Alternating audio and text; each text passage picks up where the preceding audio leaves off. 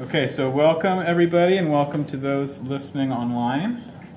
We're going to finish up our Oceanography plate tectonics lecture here.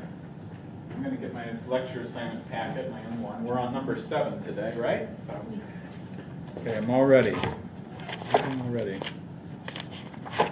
Okay, so last time, we went over the history of plate tectonics.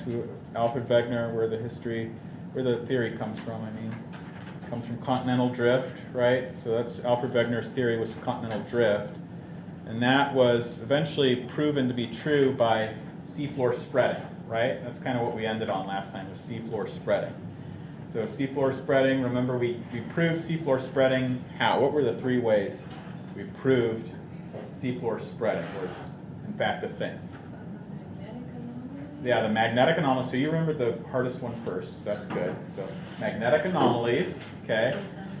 And do you remember how the magnetic anomalies were the same on both sides of the ridge? Okay, that's the key point there. So it's like a barcode that proves that they were created simultaneously, okay?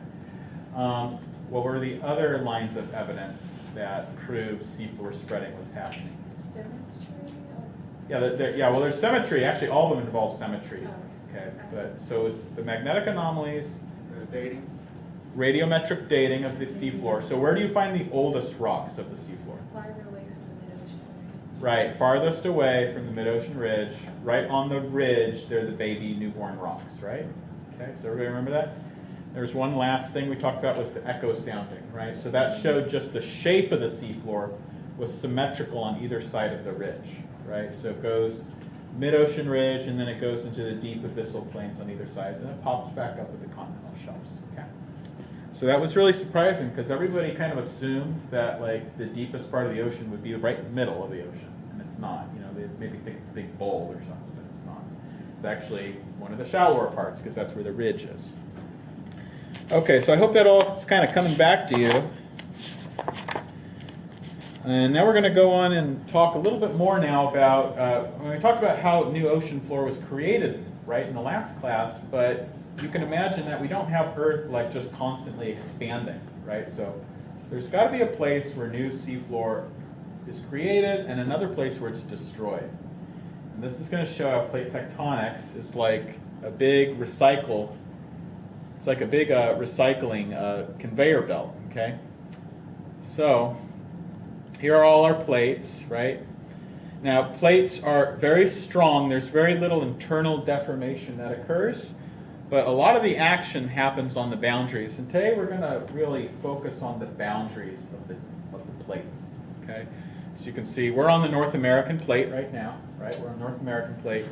And the closest boundary, see, we're like right there, right? The closest boundary is maybe this boundary between North America and the Caribbean plate. So you all see that? Okay. So that's where all the action happens. All the volcanoes, all the earthquakes, all the mountains and things like that are on the. So you ever wonder why is it so flat here, right here in Texas? It's because we're not on a boundary, right? We're inside of the plate. Why don't we have earthquakes here in Texas, right where we're at? Because we're inside of the plate. We're not on the boundary. Why aren't there volcanoes here? It's because we're inside of the plate. We're not on the boundary. Okay. So that actually answers the question a little bit later. Okay. So anyway, this is kind of interesting. Here's a picture, a map of the plates, right? Here's a map of all the earthquakes that are over magnitude 5, plotted over the last, I think, 60 years. And if you take a look at that, so these are all the earthquakes, the epicenters of all the different earthquakes. And you'll notice that the map of where all the earthquakes are is pretty dang close to this map, right, of where the boundaries are. So I grew up in Southern California, right? Probably every year you've got, at least once a year, you get an earthquake you could feel. Doesn't mean it was a devastating earthquake, but it was something you could feel the ground shaking, right? I've been in Texas here and I haven't felt anything for the whole 2 years I've been here. So why don't earthquakes happen here? It's because you'll notice right here, maybe Texas would be right there, right? There's not many earthquakes happening. Okay. That's because we're not close to a boundary. Same thing with volcanoes. Okay, volcanoes are happening. This is a map showing where all the active volcanoes are. You'll notice They're not happening in Texas because Texas is on the inside of a plate, right? They're happening. So sitting right here. Oh yeah, and you can take this. That's yours, right? Yeah. All right, so that's where all the action happens, and there's some questions later. It might be on the back page that are answered by that, but I'll go into more detail later. I also want to point something out to y'all about this ring of fire. Have you all heard of the ring of fire? Have you heard of that before? So the ring of fire it surrounds almost the entire Pacific Ocean. Okay, and we call it the ring of fire because that's where a lot of the world's volcanoes are. Okay, so a lot of the world's volcanoes that are above ocean level. Because remember, there's a lot of volcanoes that happen under the ocean, are happening in the ring of fire. Okay, so you can see that goes all the way from South America through Central America, North America, through the Aleutian Islands up there. Do y'all remember the Aleutian Islands in Alaska? The islands that come off the coast of Alaska there, down through Japan, right through the Philippines, through Sumatra, Indonesia, down through the South Pacific. Okay, so it's all the ring of fire. All right, so I just gave you a lot of answers to a lot of your questions there. So just we'll come a little bit later though. Okay, so there's three types of boundaries. And the three are as follows. There's convergent boundaries, and we actually break up convergent boundaries into three types. We'll talk about each of those later. There are divergent boundaries, and there are transform boundaries. Okay, so number 3, where do most earthquakes and volcanoes occur in relation to tectonic boundaries? Yeah, it's kind of a trick question in a way. So where are they happening? They're happening on the boundary, right? So they're happening very close to or on the boundary. And that's a question on the test, so make sure you know that that's where most earthquakes, volcanoes, and geologic action is happening. It's right on the boundary. And number 2, I'm saying what are your 3 different kinds of tectonic boundaries? They're right up there. Okay, so convergent, divergent, transform. All right. Number 1 is where on Earth is new seafloor generated? Where is it destroyed? So we already learned this. Where is it generated? The mid-ocean ridges, right? Where is it destroyed? We're about to cover that in just a second here. Okay, so the first kind. Oh, actually, we're going to talk about where it's created. Where it's destroyed is at these subduction zones, and we'll talk more about this later. Okay. So here are 2 types of divergent boundaries. Now, as oceanography students, I'm going to be more focused on one of these types, and that's the ocean-ocean divergent boundary. So this is where the ocean is spreading apart. Okay. So these are the spreading centers, the mid-ocean ridges. Right. That's the one you really want to know for oceanography. Okay. They're very important. It's a very important ecosystem. It's a very important marine province. Okay.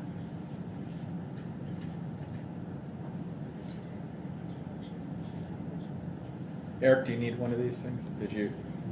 Oh, yeah. Okay. Okay. So another type is continental.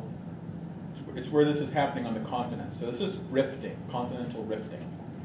So continental rifting is where the plates are moving apart over a continent. And it's ripping the whole continent apart. So y'all know how Pangaea broke up, right? We have Pangaea, it broke apart. That's continental rifting, right? The continent of Pangaea, the supercontinent, was being rifted apart, broken apart.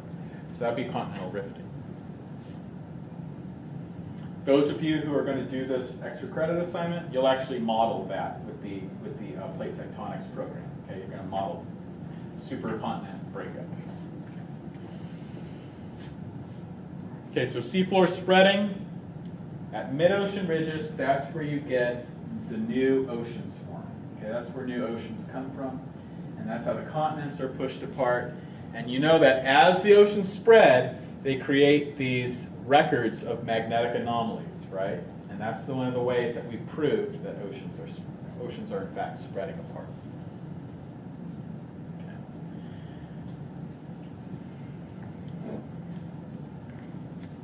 All right, now, so number 4, you got what are the 2 kinds of divergent boundaries? There's ocean mid-ocean ridges, right? Ocean-ocean divergence. There's also continental, right? Continent-continent divergence. So this is happening where you got continents rifting apart. So those are the two types you want to know. Now, how is new ocean crust generated? That's what we're going to talk about right now. So number 5. How is new ocean crust generated? Well, as you know, in the mantle, this thing isn't convecting yet, but hopefully it'll start convecting. As you know, the mantle's convecting, right? So there's convection constantly occurring. And I want to ask you a question. If you think about this, let's say that there's a blob of the mantle, and it's way down here, deep in the mantle, okay? So it's way down here. And then it comes, by convective currents, it comes closer up to the surface, right? You all follow me? What's the pressure like down here compared to the pressure up here? What's the pressure deep in the mantle compared to shallow in the mantle? The deeper it is, the higher pressure. Yeah, so down here you're going to have high pressure, right? So it's deep down, you're going to have high pressure. When it's shallow, you're going to have low pressure, okay? So what happens is that the mantle, literally, it's decompressed. It's depressurized. And one of the interesting things is that without changing the temperature at all, the mantle will begin to melt just by depressurization. And we call that depressurization melting or decompressional melting. That is how the new crust is generated. So when the mantle is depressurized, without changing the temperature, it just comes close to the surface, it's going to melt by decompressional melting. And it creates magma that rises to the surface, and it eventually creates that new ocean crust. So does that make sense? So you can melt a rock. I know this is a little bit funny idea, but you can melt a rock just by decompressing it, by depressurizing it. Okay. The only thing I can really think of, because we're at low pressure here at the surface, the only thing I can really think of that kind of models this in our everyday life is, what happens when you unscrew the lid of a 2-liter bottle of soda, right? You see all the bubbles come. Sometimes it blows up, right? But you see all the bubbles come out, right? Because what happened? All of the gases exhaled out of the soda because you've depressurized it. So there's been a physical change just from depressurization. And that's exactly what happens here. Okay, you're getting depressurization that causes partial melting of the mantle. Does everybody follow me there? Is that just a really weird idea that you can melt something by depressurizing it? Or do you believe me? Okay. I'll move on. Okay, so number 5. What kind of ocean crust is generated? It's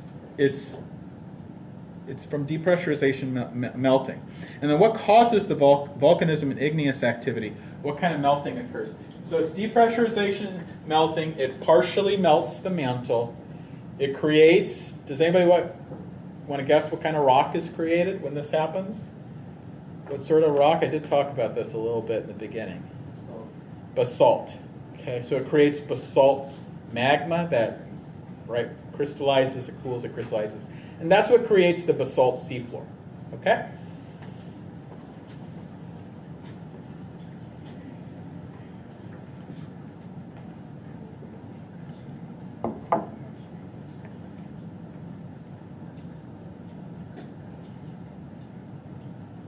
Oops.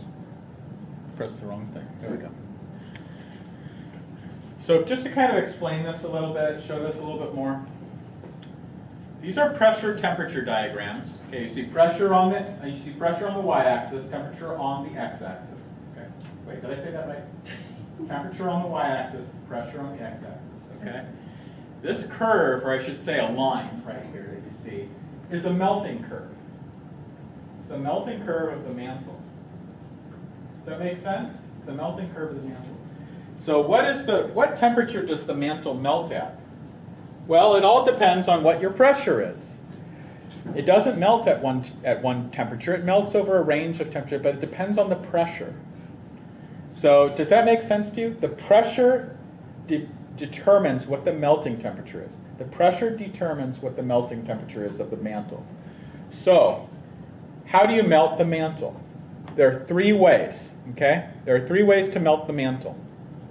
What's the easiest way? Just something, everybody thinks about this. What's the easiest way you can think of to melt something? How do you melt something? Heat it up. Heat it up, right? That's the easiest way. So you notice that if we want to go from a solid, right, to a liquid, we can just heat it up, right? We can just increase the temperature, right? We just increase the temperature. But look at this. Notice that when you're talking about high pressures, you can cross the line by just moving to the left. You see that? By just moving to the left, you decrease the pressure, keep the temperature the same, but decrease the pressure, and you've melted your mantle again, melted the rocks. So that's another way, but we just don't have a lot of everyday experiences with that kind of melting. But it is actually, the reason I'm spending a lot of time on it is because it is actually the most common way of creating lava and magma on Earth, is by depressurizing the mantle. So that's how most melting and igneous activity happens. Okay. Another way that is very common to melt the mantle is this. You just move the line. It's kind of the cheating way. You just move the line. And that's where you reduce the melting temperature. People in the north do this all the time when they put salt out. They throw salt on their ice outside. Has anyone ever seen that? You can, if there's ice outside on your driveway or on your steps, you can throw, like, remember when we had the big freeze, you could have done that. You could have thrown some salt on your icy steps or icy concrete. What happens when you throw salt on ice? Melts it, right? Have you all seen that before? You can melt this. You can melt ice with salt. How does it melt it? Are you raising the temperature of the ice? Is that how it melts it? Is that how you melt the ice with salt? Chemical reaction. What's that? Chemical reaction? It's a chemical reaction, right? So what you're doing is you're actually changing the melting temperature of the ice by adding salt. This is the other major way that the mantle melts. We'll see this in a little bit. Okay, so does everybody got that? There are 2 really important ways. The obvious way of melting the mantle actually hardly occurs on Earth, of just raising the temperature. This hardly ever happens. These are the 2 ways that we melt the mantle to generate different kinds of crusts. So more about this as we move on. This is a map showing heat flow out of the Earth. It's a map showing heat flow. Okay. Now, you might remember that. What is plate tectonics all about? What drives mantle convection? What makes the mantle convect? Think about this guy over here. It's still not. This whole time, it still hasn't been convecting. After you all leave, it starts because it warms up. Like you're getting put it out. But what makes this guy convect? Do the lava lamp thing. Heat, right, from the bottom, right? So it gets heat from the bottom, and it's cold on top, right? Actually, I feel this. It's actually pretty cold here on the top. So what's happening? It's the same exact thing in the Earth. How hot is it at the core mantle boundary? Does anybody remember how hot it is? 5,000. Yeah, Eliana hit it right, nail on the head, right? It's 5,000 degrees Celsius. It's white hot. It's blindingly hot. Like if you saw it, your eyes would be scorched. I mean, just the UV radiation, which is enough would be. So it's very, very hot. That drives the convection of the mantle, right? And so what is plate tectonics all about? Plate tectonics is just Earth's way of losing its heat, of shedding its internal heat. Does that make sense to everybody? It's just its way of shedding its internal heat. So where do we see the greatest heat flow? We see it at the mid-ocean ridges. Do you see this? That's the greatest heat flow, mid-ocean ridges, mid-Atlantic ridge. That's the mid-Atlantic ridge right there. This right here, a lot of heat is coming out of that. What is that? That's the East Pacific Rise, the EPR, the East Pacific Rise. A lot of us just call it the EPR.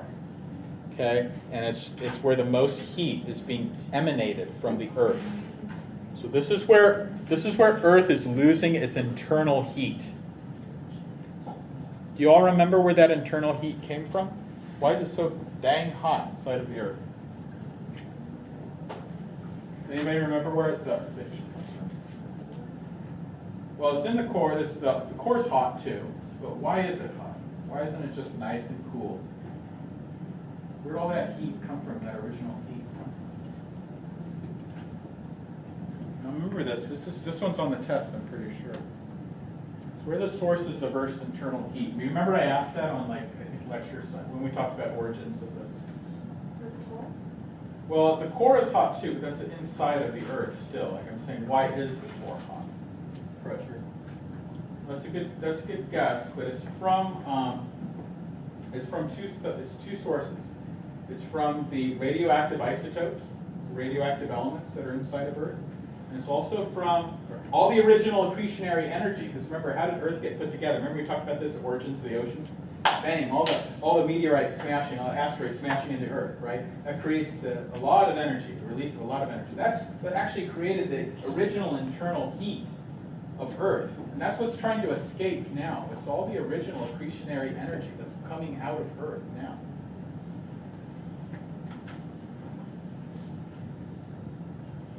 Okay, so some examples of divergent boundaries, real life examples. Don't I ask for that, I think? Yeah, number 7. There's some real life places.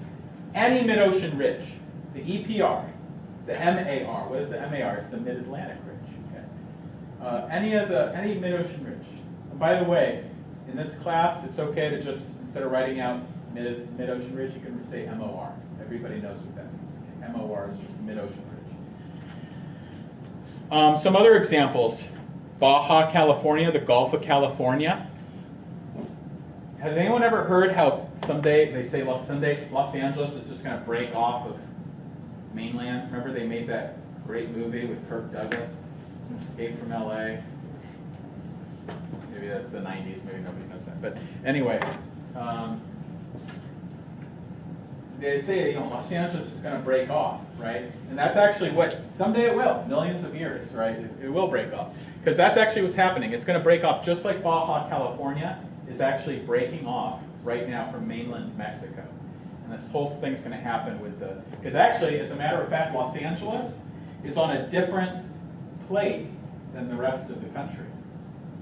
Did you know that? Los Angeles is on a different plate. It's on the Pacific plate. The rest of the country, you're on the North American plate. The rest of the country's on the North American plate. So if you ever wondered why things are so different in LA, that's probably has something to do with it. It's on a totally different plate.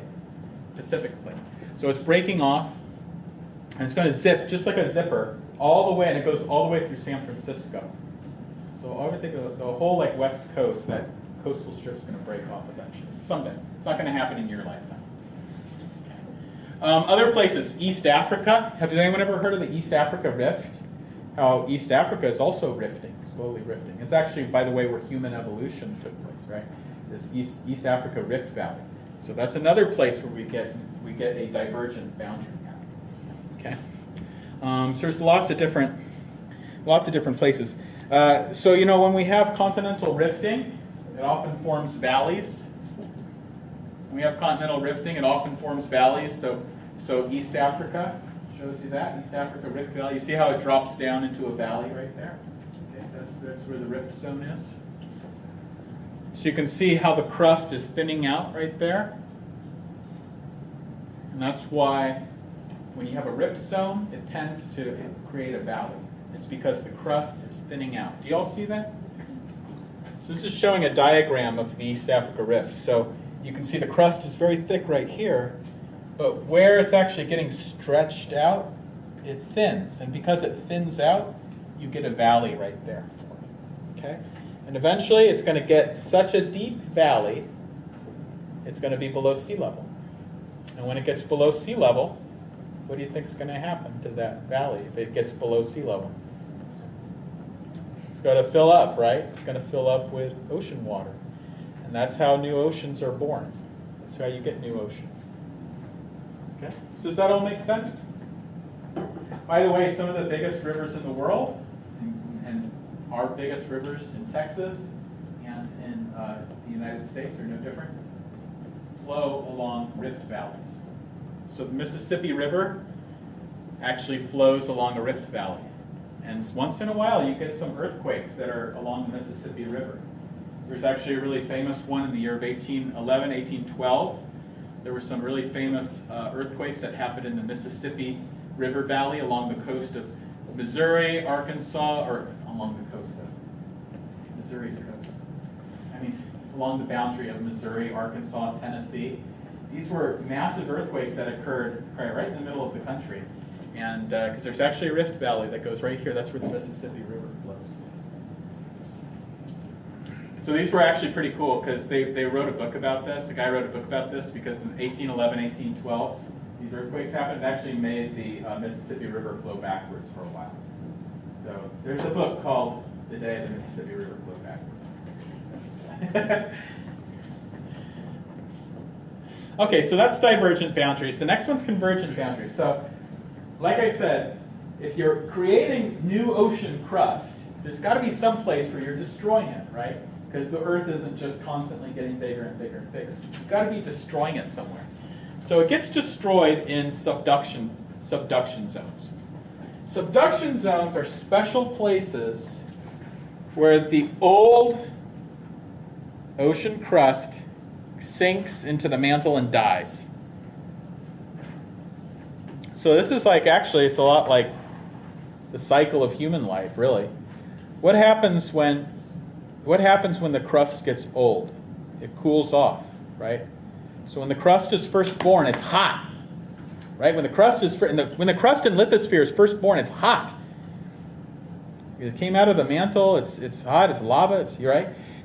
But then, as it gets old, it gets cold. And here's the question: what's denser, cold things or hot things?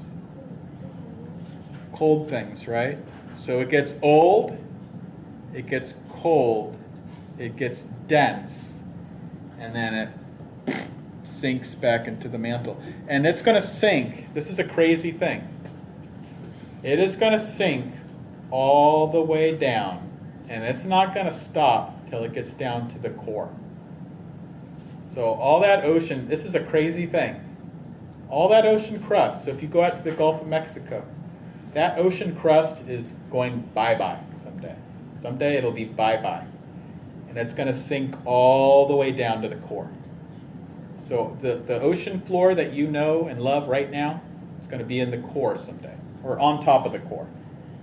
It can't sink into the core. Why can't it sink into the core? Because it's a solid that's made out of metal. Yeah, well, yeah, because the core is made out of metal and it's denser, and so it's so dense that it can't. Because remember, what's driving this sinking? It's all density differences. So where are some subduction zones? Subduction is where you have the ocean crust sinking into the mantle. Where do we have some subduction zones? One is in Sumatra, and actually you could mention any place in the Ring of Fire. South America, so the west coast of South America, anywhere along the Andes Mountains, west coast of South America, up through Mexico, Central America. You know there's a lot of volcanoes in Mexico, right? It's from all the subduction zones along the west coast there. California, maybe not California. California is a transform boundary. But the Pacific Northwest, Mount St. Helens. Do y'all remember Mount St. Helens? Have you heard of Mount St. Helens? Okay, 1980. It's the biggest volcanic eruption that happened on mainland, United States of America, right? 1980. Where else? Along Alaska, the Aleutian Islands, or the islands off the coast of Alaska, down through Japan, through the South Pacific, right? Indonesia, the Philippines. Okay, it's all those are all subduction zones. Okay, there's all places where the Pacific Ocean, because guess what? The Pacific Ocean's going bye-bye. It's going. Kiss it goodbye, because it's shrinking. I mean, it won't happen in your lifetime, but in 100 million years, it could be gone the way, it's going to be gone. It's subducting.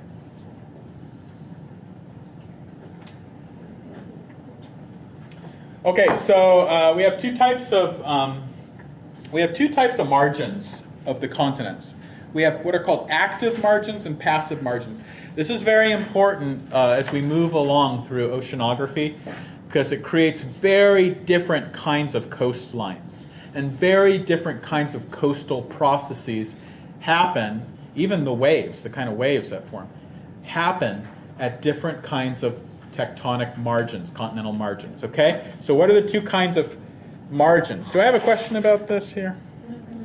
Number 10? Oh yeah, okay. So here are some active margins. We have an active margin and a passive margin. Very simple, the difference. Active margin is a margin, a continental margin, so it's a coast, where there is active plate tectonics. A subduction zone, in other words. Active plate tectonics. A passive margin is where you have there's no active plate tectonics. There's no tectonic activity. And we're going to talk a lot in this class about kind of what ends up, being some of the differences, okay? Because these will end up with different characteristics. But for right now, all you need to know, active margin, remember that word because it's going to come up a lot in the class. Active margin is where you get active plate tectonics. Passive margin just doesn't have plate tectonics happening there, okay? There's no action going on there. And it's all there, right there too, if you want to just copy.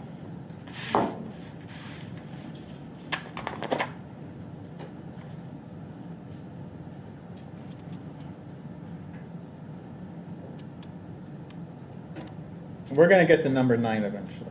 I'm kind of skip that one.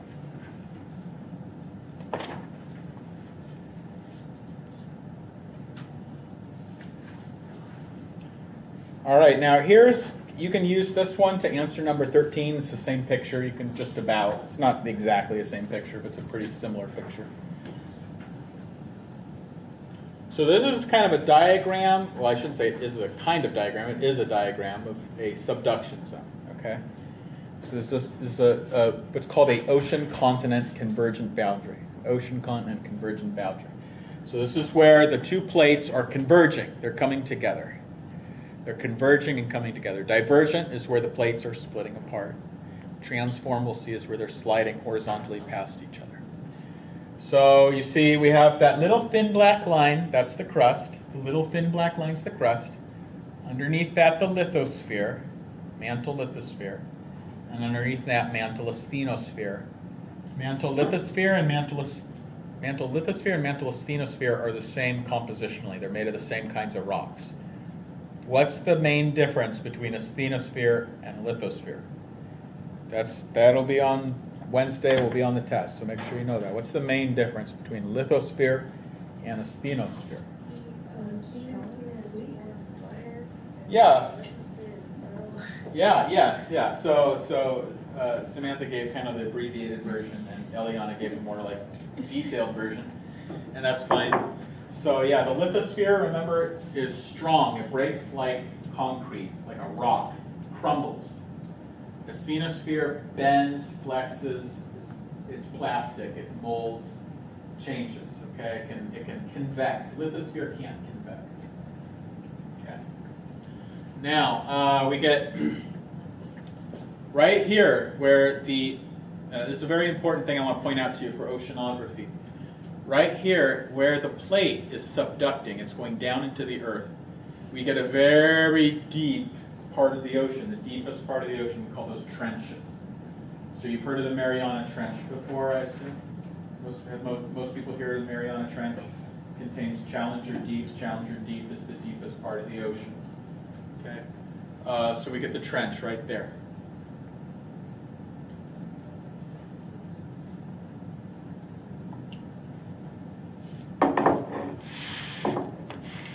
So you'll notice also, it's actually not on here, but you can, well, there's not a label. But do you see this little triangle-shaped wedge that's right there? And I do have a thing that points to it. That is on your diagram. You'll notice there's a little triangular wedge that's being pointed to. So that little wedge. It's right there. That's called the accretionary wedge. Accretionary wedge. So it's ACCRETIONAR. Sorry. You have it on there. Do I have it on there? Yes. Oh yeah, there it is. Okay, good. It's on there. Yeah. So that's the accretionary wedge. And what's the accretionary wedge? It's all the sediment that gets, you can imagine that as this plate gets subducted down, remember there's all this sediment on top of the ocean crust, and it gets scraped off as it goes down. So that's like the buildup of all the sediment right there. So we get this buildup of sediment right there, called the accretionary wedge.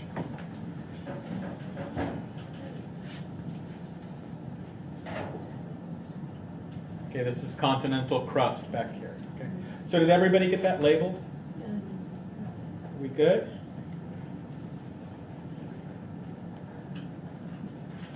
It's kind of cool. This is showing seismic data from the Andes Mountains along South America, west coast of South America.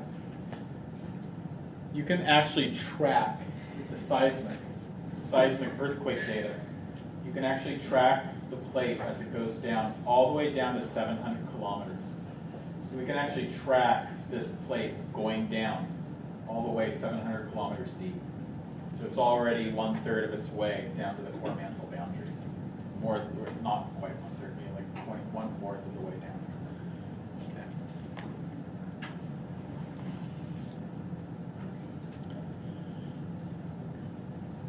So this is the answer to number 12. Where do the deepest earthquakes occur? Subduction zones. Look, you could get earthquakes 700 kilometers deep. Why are they so deep? It's because that subducting plate is going down, right? It's making its way down.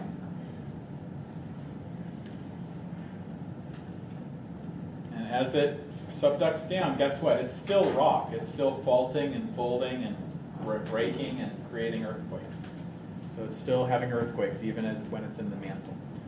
The strongest earthquakes also happen here. This is probably, you remember 2011, the Fukushima disaster in Japan, right? That was a magnitude 9 earthquake. I think it was the last, actually I think there might have been a Sumatra earthquake that was just recent. I remember. But anyway, that might have been the last magnitude 9. There's been a lot of magnitude 9s off the coast of Sumatra. A lot of them. It's a very, very active area there now. So anyway, strongest, deepest earthquakes happen here. Strong earthquakes, deep earthquakes happen here at subduction zones. Okay. So this is where ocean crust is being destroyed. So where is ocean crust created? Mid-ocean ridges. Where is ocean crust destroyed? Subduction zones. Okay. So that'll be on the test. Make sure you know that question.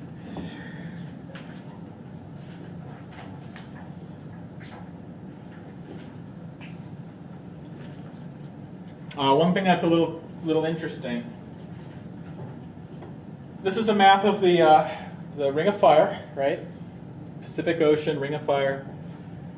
The red that you see, these are all the subduction zones. So you can see that the subduction zones totally surround. So by the way, you ask, do I ask for a real life area where you have, do we have subduction zones or convergent boundaries? No, maybe I don't. 16. Number 16, what is, oh, that's a transform boundary is number 16. Yeah.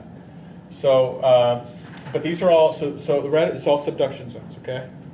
The blue stars are all the magnitude 9 earthquakes that have occurred in the last, like, I can't remember what, like 60 years or 70 years? It goes back to 60, oh, look, no, it goes back a long time. Look, 1906.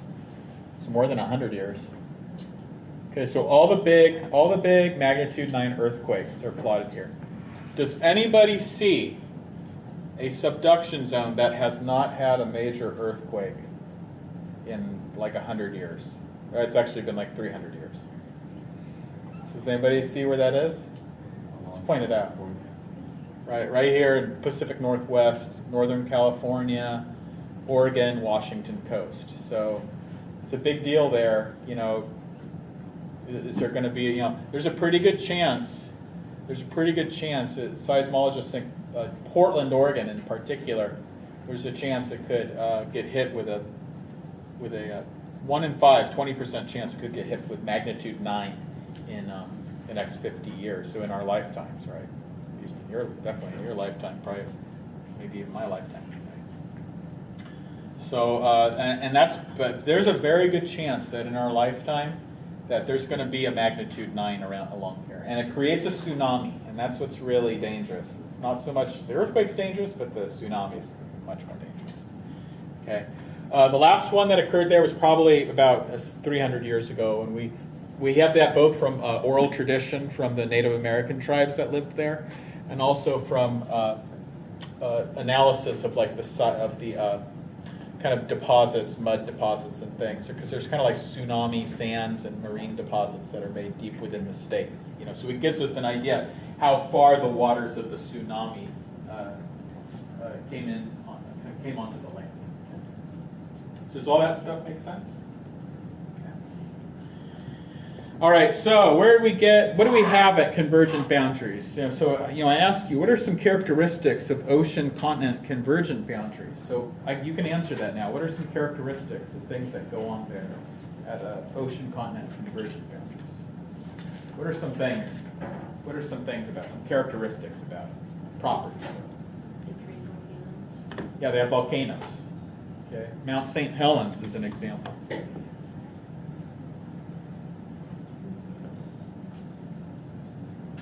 What are some other things that happen at subduction zones or at ocean-continent convergence zones? Earthquakes, right? You have trenches, right?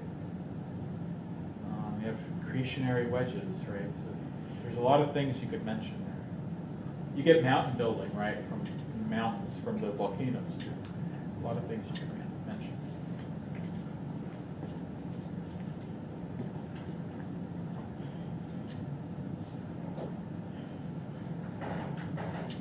All right, one thing I want to point out to you, I think it's pretty important. It just shows you the importance of the oceans in Earth history. It shows you the importance of the oceans in Earth history.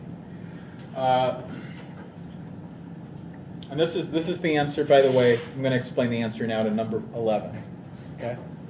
So if you turn your attention to number 11. Sorry, things are kind of out of order in this one, but I'm trying to help you. Okay, where do we get all these volcanoes that happen along the Ring of Fire? What causes the volcanism? Yeah, so it's the subducting plate, but this is specifically what happens. When this crust is on the bottom of the ocean for 100 million years or 180 million years, do you think that it soaks up a lot of water during that time? I think there's a lot of water in that crust. I mean, it's been on the bottom of the ocean, right? For a lot of water, right? Okay, so it has a lot of water. It gets subducted into the mantle. The heat, the pressure, it releases that water. Stored in the rocks, it releases it into the mantle. What happens there? The water is like salt on ice. Remember I talked about salt on ice and how that's a way of melting the mantle, right? It lowers the melting temperature. So when that water is released into the mantle, it lowers the melting temperature of the mantle. It is not because the water is hot or superheated or something. It lowers the melting temperature of the mantle and allows the mantle to melt. And without changing its pressure or temperature, it melts the mantle just by changing the temperature of the melting. Melts it, and that's what creates all the volcanoes, Mount St. Helens, all the different volcanoes that happen in the Andes, in Mount Fuji in Japan. All those volcanoes, they're created by this process. You add water to the mantle, it melts the mantle, and it creates volcanism. And this is what's so amazing about this. All continental crust, every little bit of continental crust started off at a subduction zone. The continental crust that you're standing on right now started off here. So this is the reason I'm trying to tell you this, is that if there were no oceans, you couldn't have had the continents. The oceans had to come first before the continents, because the continent couldn't exist without ocean. That is why Mars, Mercury, Venus, they only have basalt rocks on the crust. They don't have granite type rocks, continental crust type rocks. They don't have continental crust. We're the only planet with that. That's because of the water. So that's why I like to talk about this, because you need to understand how important the oceans were in the history of Earth, because there would be no continent without the oceans, without water. Okay, so that makes sense. So all I want you to put there for number 11, water, the plates get subducted, water is released into the mantle, it lowers the melting temperature of the mantle, and that's how the mantle melts and produces volcanism, and ultimately produces continental crust. Okay? So we're all on the same page with that? Everybody's good? Everybody was able to answer number 11? Okay? Okay, it looks like everybody's good. Oh, by the way, that process, can you write this down? This is a very important word. That process of lowering the melting temperature is called flux melting. A flux is anything that lowers melting temperature. So it's actually a term that's used in industry and metallurgy and things like that. Anything that lowers a melting temperature.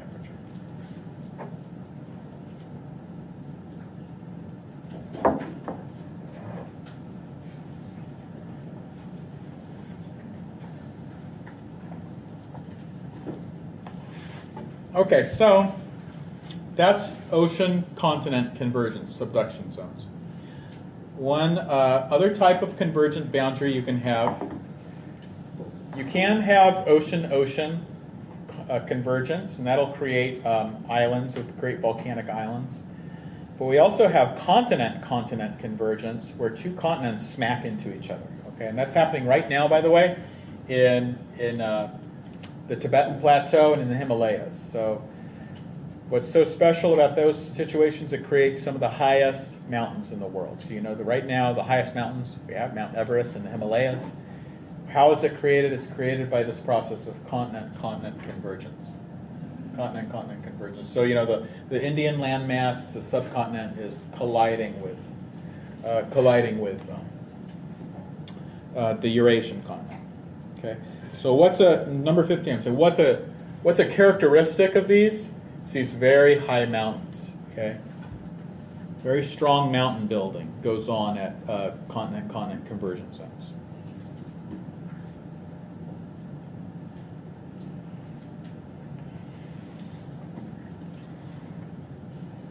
All right, the last kind of boundary to talk about, we'll be all done, is transform boundaries. Transform boundaries is when you have the plates moving, instead of coming together as a convergent boundary or ripping apart as a divergent boundary, this is where the plates are just sliding horizontally past each other. And there are a few places on Earth where this is happening on the continents. One very important place that it's happening is very famous San Andreas Fault System in California. So that's one example you could put.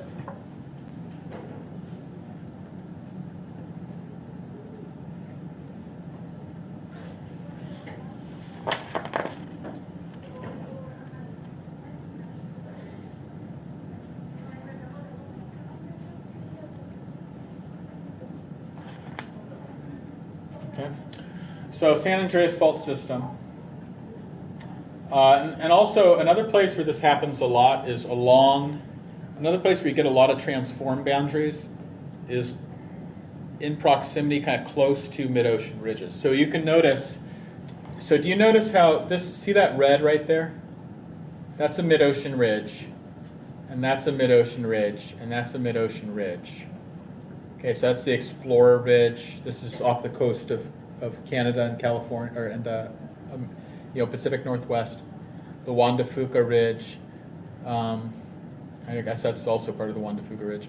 But notice, I want to point something out. This is important for our study. Notice how these MORs, these mid-ocean ridges, are connected by transform boundaries. Do you see that? Or transform faults, okay? And the reason that happens is because they're spreading at unequal rates. So one is spreading faster than the other. And so to accommodate that motion, you get these transform boundaries connecting the ridge system. So do you see that? So ridges are actually relatively discontinuous. They're broken up and they're connected by transform boundaries. Okay, I just wanted to point out that thing. That'll become important later. Okay, I think that we answered just about everything. I realize there's a question on basin and range that I don't even have a slide on, so I'll have to explain that a little bit. The last thing here is how fast do plates move? There's a lot of variation. Okay, so the arrows here, we can measure this now so precisely with GPS, but the arrows are actually showing the rate of motion. You can see that in Sumatra. The reason we have so many bad earthquakes in Sumatra is because the plates are moving very fast there. You see, that's the biggest rate of motion, right? And it's moving close to 10 centimeters per year, which is quite a bit, right? I mean, 10 centimeters is like that, right? So the plates are moving like that every year. Some places, though, it's just maybe 1 centimeter. You can see that there's some places that are very small, right? It's maybe just 1 centimeter. So it's anywhere between 1 and 10 centimeters per year. That's the kind of rate of mantle convection, and it's the rate of plate motion. Now, I don't think I have anything on, gosh, it's kind of funny. I don't think I actually have anything on basin and range. Did you all see that the number 9, right? Do I have one on basin and range? Do I just have no slide on this? Gosh, I don't think I do. Okay, you can just cross that one out then. I guess I must have accidentally included it. We talk about different things in my different classes in terms of plate tectonics. So just cross that one out. And can somebody write on there, you said skip it? Because I'll forget by the time I grade it. So you said skip it. All right, and I think we answered everything on there, right? So I think we're done. Yes. Number 8. Let me look at number 8. It says, why do rivers and lakes come straight? It's because, remember I showed you that diagram where the crust is thinning out over the rift zone? And because it thins out, it's becoming like an area of low elevation. And so because it becomes an area of low elevation, sometimes it can fall below sea level. That's why rivers, lakes, water collect there. Because water is always going to go drawn by gravity, going to go to the lowest point, right? So that's why things are going to be drawn to these rift valleys. So rift valleys are usually filled with lakes, filled with rivers, and ultimately they will get filled with oceans when they drop below sea level. Okay, so I think that I've said everything. And you say Wednesday's the test. You don't need to bring anything except a pencil. I'll have Scantrons. I'll have, of course, I'll have the test form. I think that's all I need to say about it.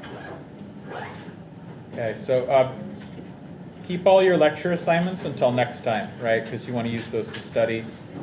And if you haven't started studying for this, do start studying now, because it's not good to cram. I think that's all I have to say. So good luck studying, and I'll see you on Wednesday. And that's all we'll do on Wednesday, by the way, just the test.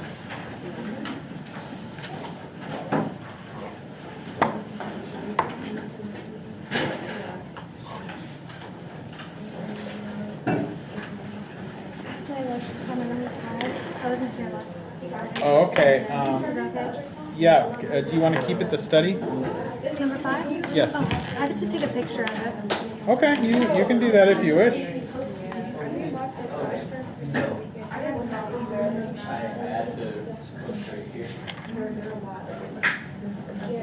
Thank you. Okay. Thank you. Thank you for the cookies. Sure. Yeah.